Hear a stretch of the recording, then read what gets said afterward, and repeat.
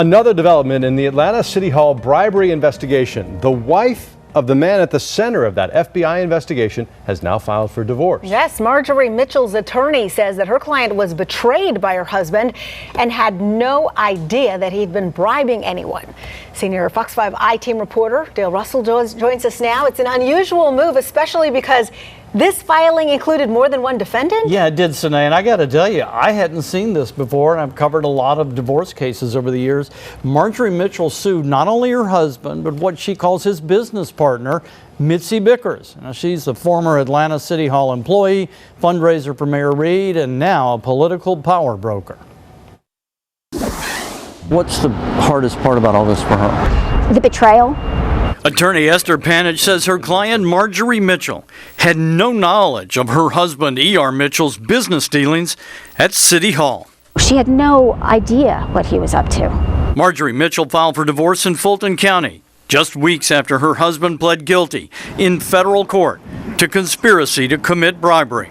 Mitchell admitted in court he paid more than $1 million over 5 years to an unidentified person who was to spread the money around in exchange for city construction contracts.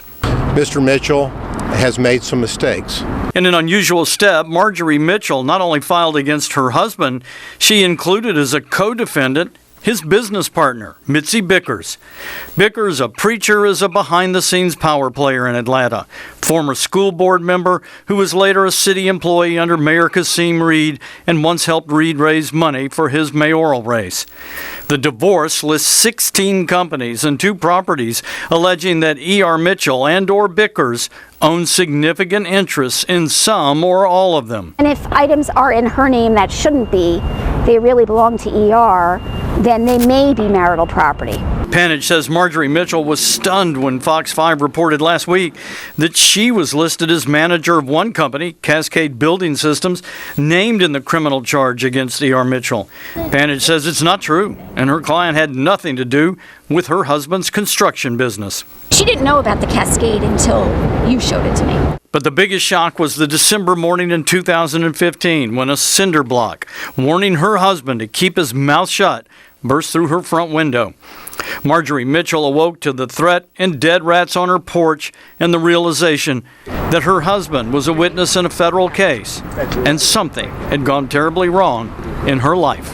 This is horrifying to find out that your spouse, who you respected, was doing good for the community and for your family, was not and has not been for years.